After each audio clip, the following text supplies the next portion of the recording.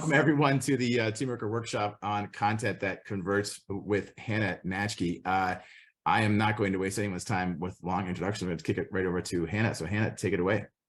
Yeah, perfect. So first off, can everybody see the screen? Can everybody hear me good? All of that jazz. Yeah, okay, great. Sometimes things are a little weird, and lately my AirPods have been having this weird thing where the microphone isn't working on them, so I'm like, gotta check.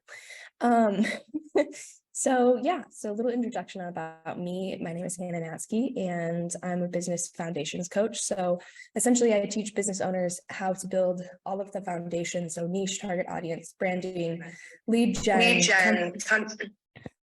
Oh, sorry, there's like some feedback. Can everybody hear me good? Okay, great.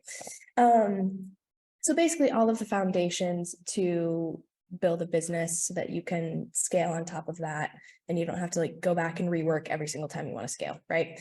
So that's a little bit about me. And so content strategy is one of the main things that I talk about with my clients, and that's what we're going to be talking about today. So we'll just jump right in. If I can get it to change slides. There we go. Okay, perfect. So first off, just a little sort of base knowledge to have. We want to talk about these three things. So content pillars, content purpose, and content type.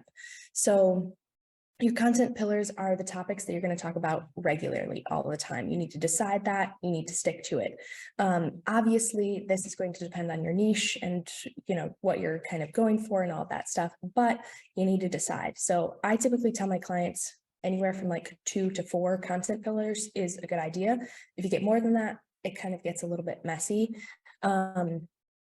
I say that, and then I have more than 4 content pillars. So it's weird because I kind of have just like one in general, like my one content pillar is business foundations, but within that there's like 6 different foundations that I spend a lot of time talking about. So, it can kind of depend, and whatever works for you, but typically 2 to 4 is like a good place to be. And then you want to think about your content purpose. So every single time you post a piece of content, you want to be asking yourself, what am I doing this for? Like, what is the purpose, right? So we can't just be posting at random. We're just wasting our time. We're getting frustrated. We're getting burnt out. We're thinking, what is the point in all of this? So thinking about what specific purpose am I assigning to each post? And I'm not getting into this a lot today, so I'll just go quickly. The 3 purposes that I always tell my clients is you want to have growth, you want to have nurturing, and you want to have promotion or sales.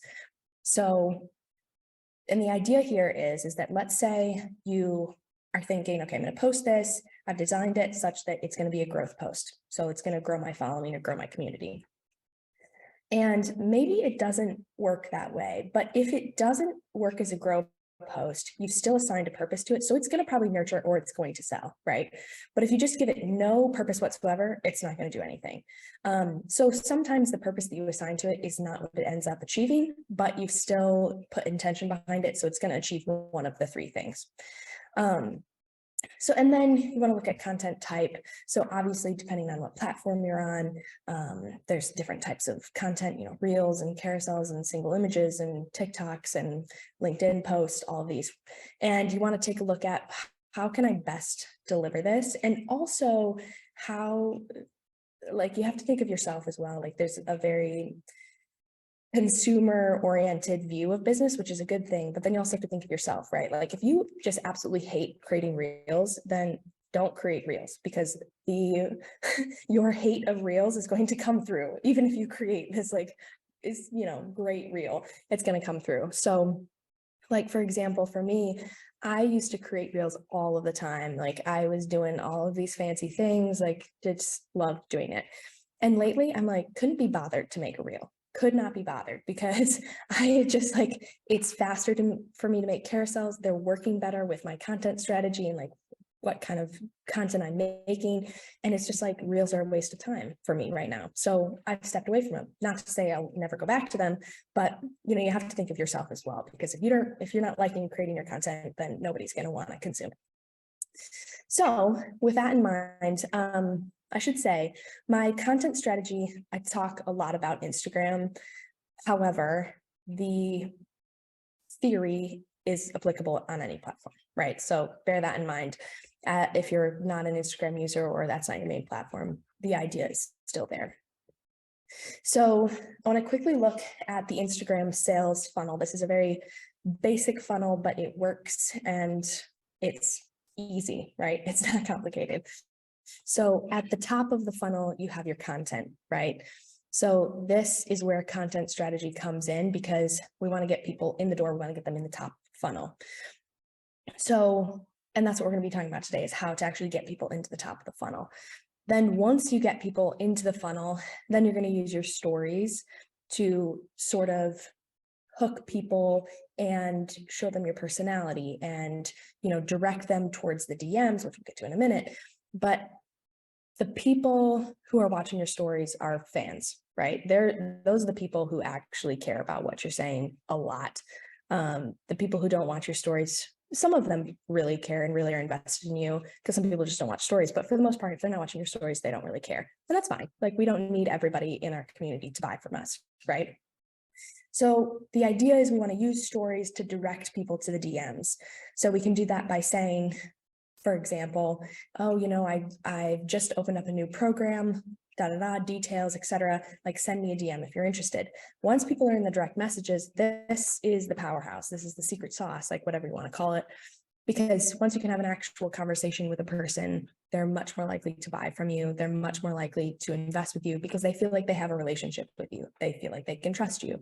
And then depending on how you structure your business, for me, I use the direct messages to direct people to a sales call or discovery call, whatever you want to call it.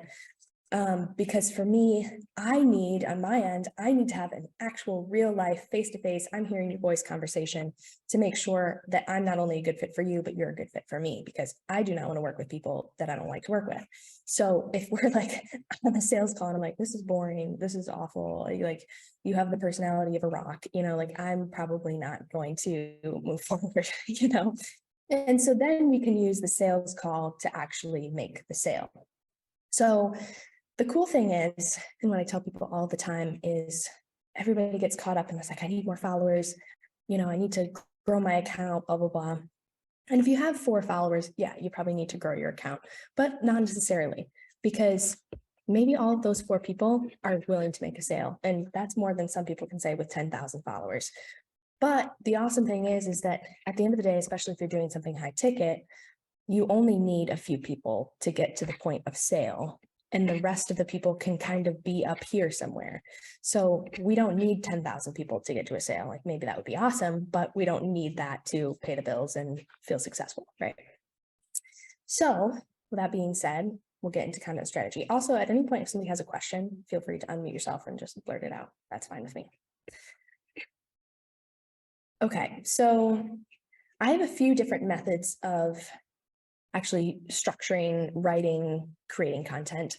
This is what I call the PAS method, so PAS method.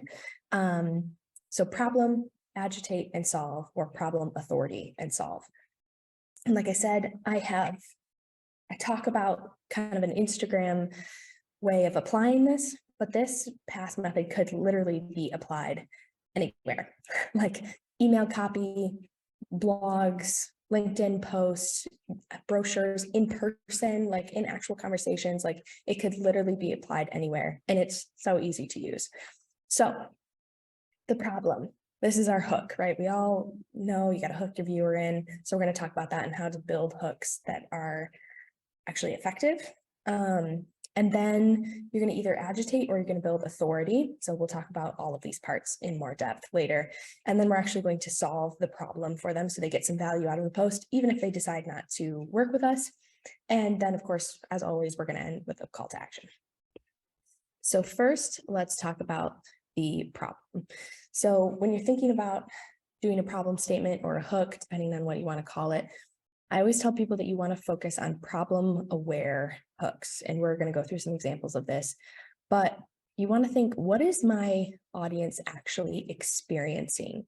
Like, what is the real problem that is in the front of their head? Because usually the problem that we know they're having is not what they're experiencing, right? So Like maybe we know they have a problem because they have a missing link in their funnel, for example, but that's not the problem they're experiencing. They're not sitting there thinking, oh my gosh, like my funnel is messed up.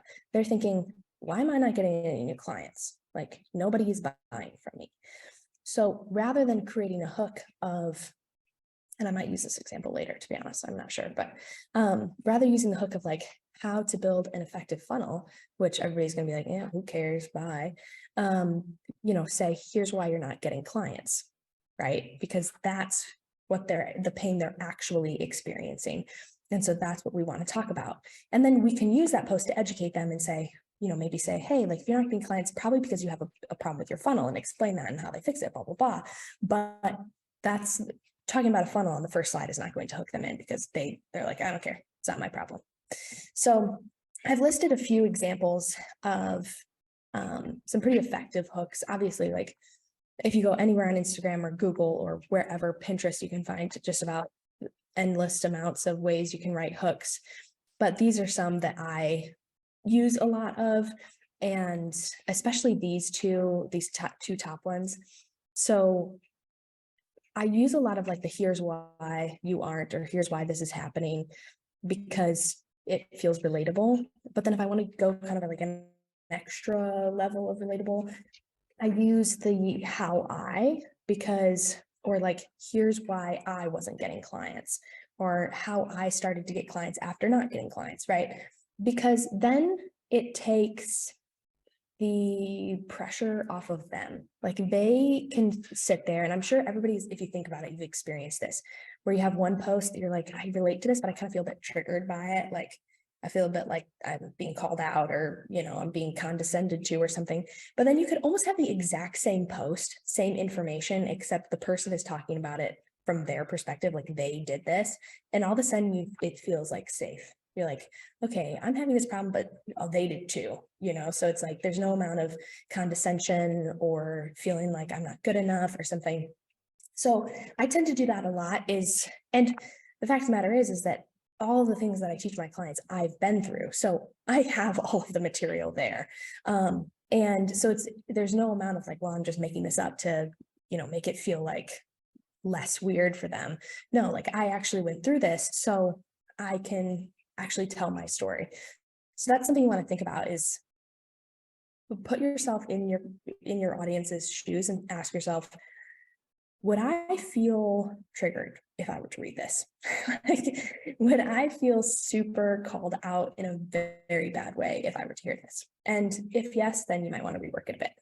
So let's get into some problem aware type of hooks. So as I mentioned before, people are not aware of like the terminology. They're not aware of the lingo. Potentially, some people are, but most people aren't. I like to say that like they're aware of the symptoms. They're not aware of the disease, right?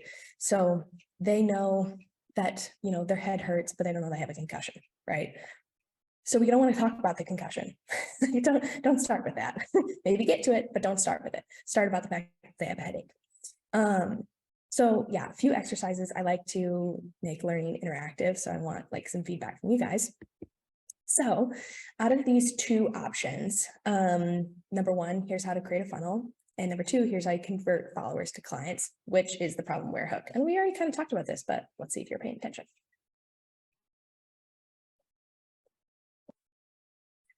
Number two. Phil's saying number two. Kirsten says number two. Okay, why do we think number two? Anybody unmute yourself and speak. I think most of the, from the customer's point of view, they would like to see how they can convert followers into clients. While it needs to be a funnel, I think it's just easier to speak to them in that way. Like, how do I convert my clients into followers? Sorry, my followers into clients, not the other way around. But yeah. Yeah, absolutely. And the other thing too to keep in mind is that although we all have a funnel, because that's how the customer journey works, not everybody has like a funnel in the sense that they've taken time to actually create something, you know, it's just sort of a natural funnel. And so if somebody doesn't have a constructed funnel, they just have a natural funnel, the idea of creating a funnel is going to be totally like, I don't care to them, but they do care about converting followers to clients. Okay, so next, then there's really no right answer to this. Like, this is an exercise, right? So let's create some problem aware hooks for this sort of generic non-problem aware hook. 3 steps to become debt free. So if somebody's in debt, what is the actual thing that they're experiencing?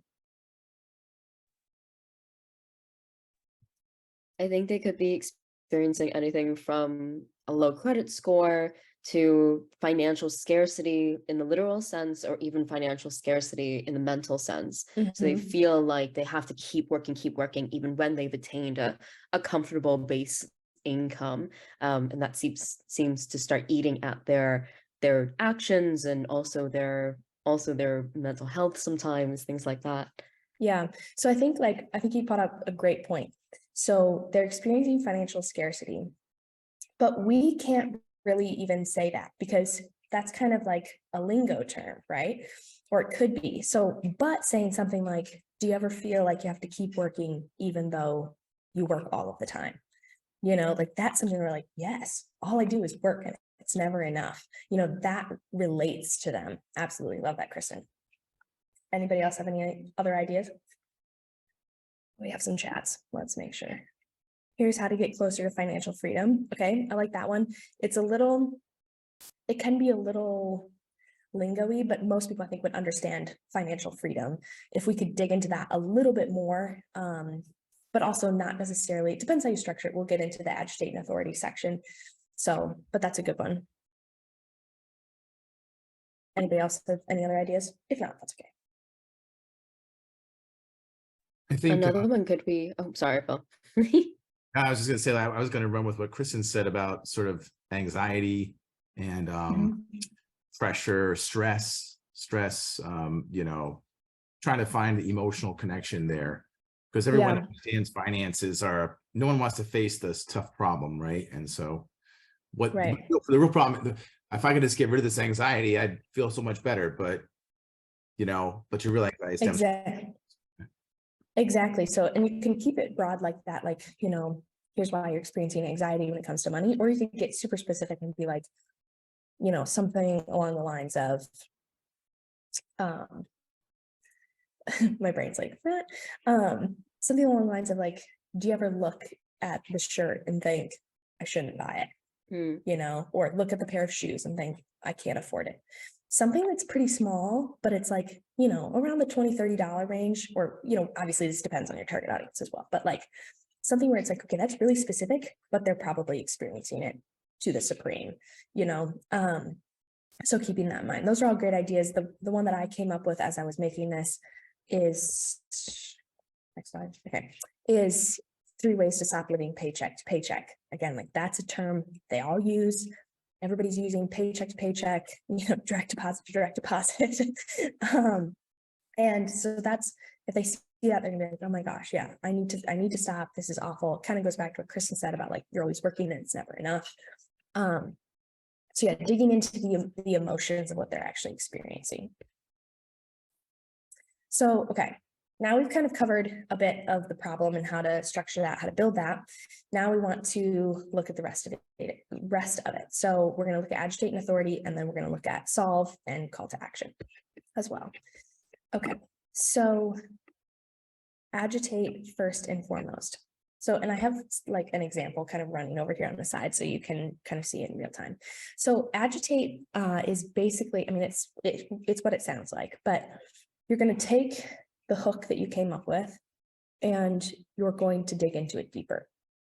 So this is a place where if you had kind of a high level hook, you know, something like how to gain financial freedom, this is the spot where you could dig into, you know, get financial freedom so that you don't have to worry about buying the shirt or the shoes, or you can go on the vacation, or, you know, like that's where you can kind of dig into the more emotional pieces of it.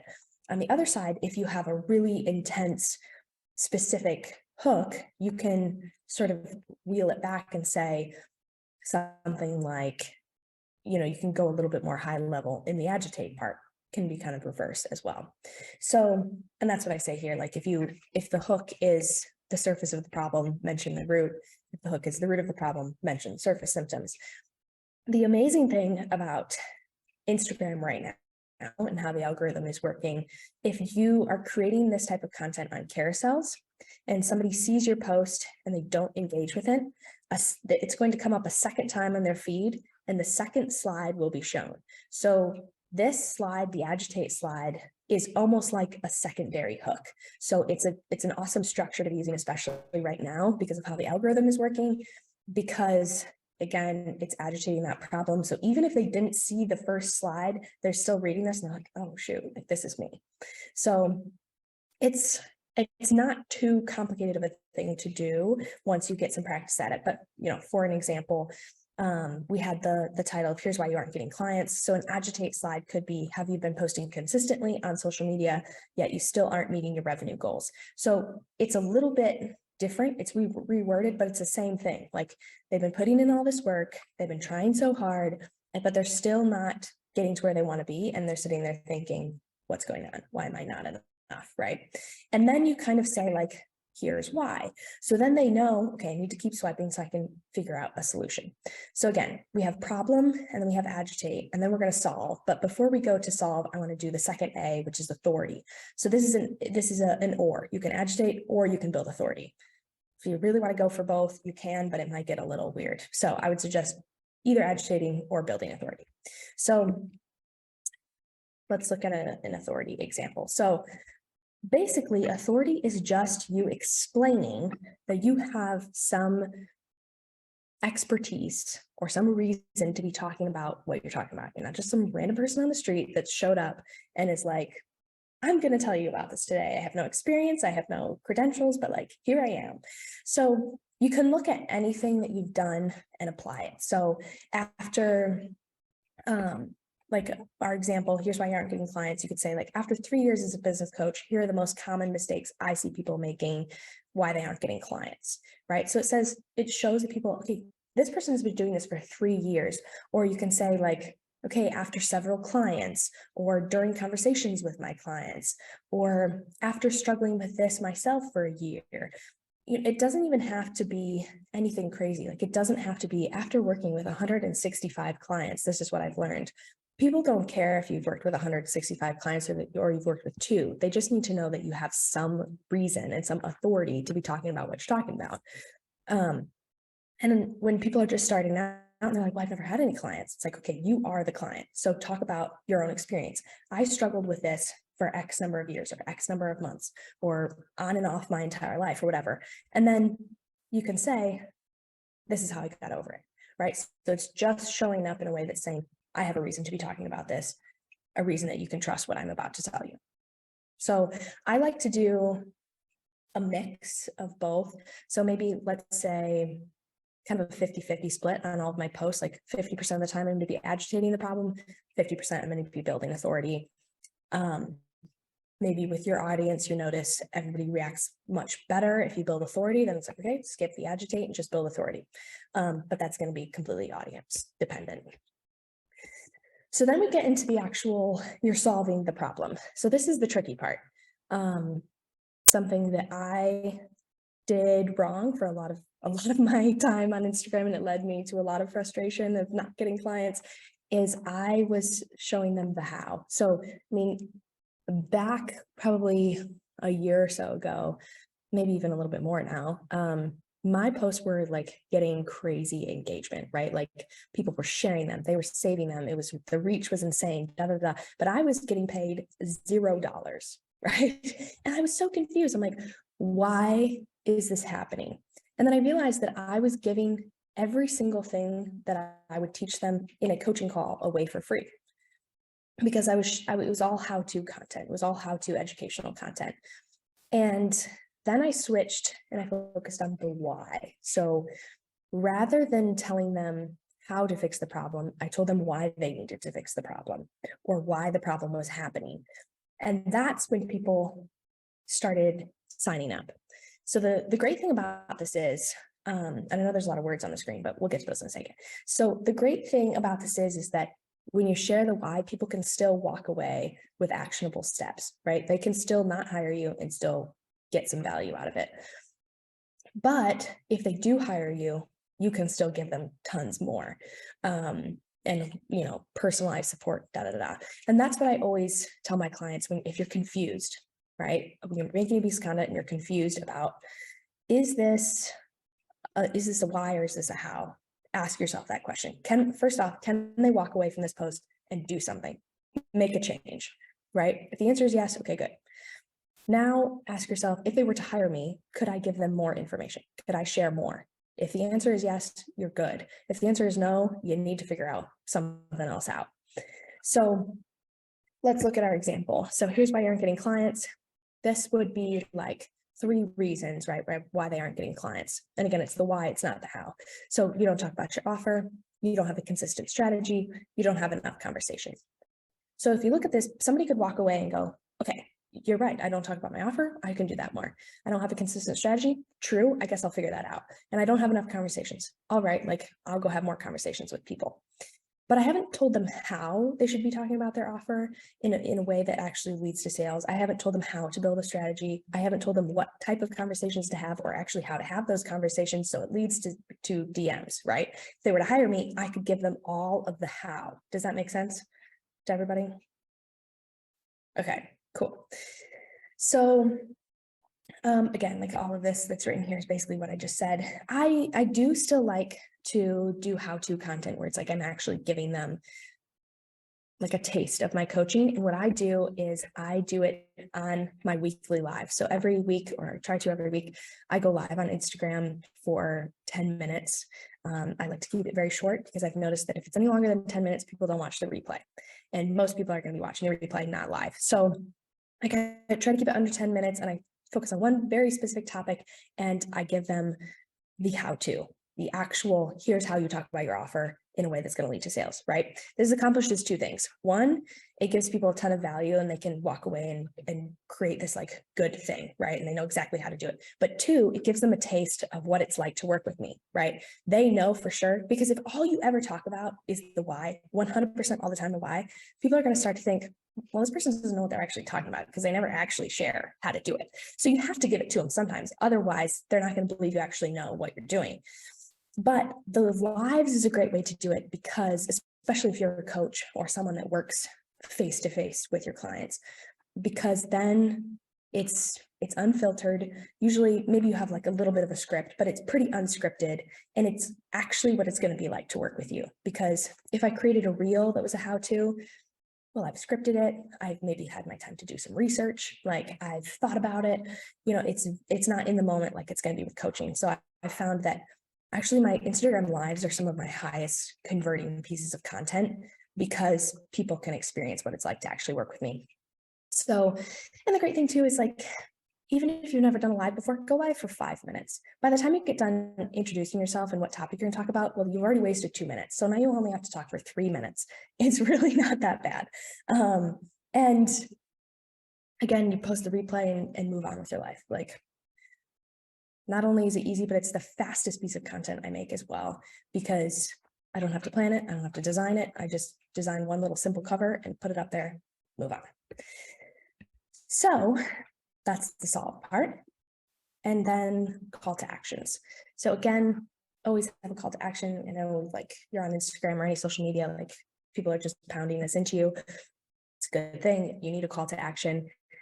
I always tell people that, especially on carousels or kind of static posts and captions, whatever, always make an effort to reintroduce yourself, because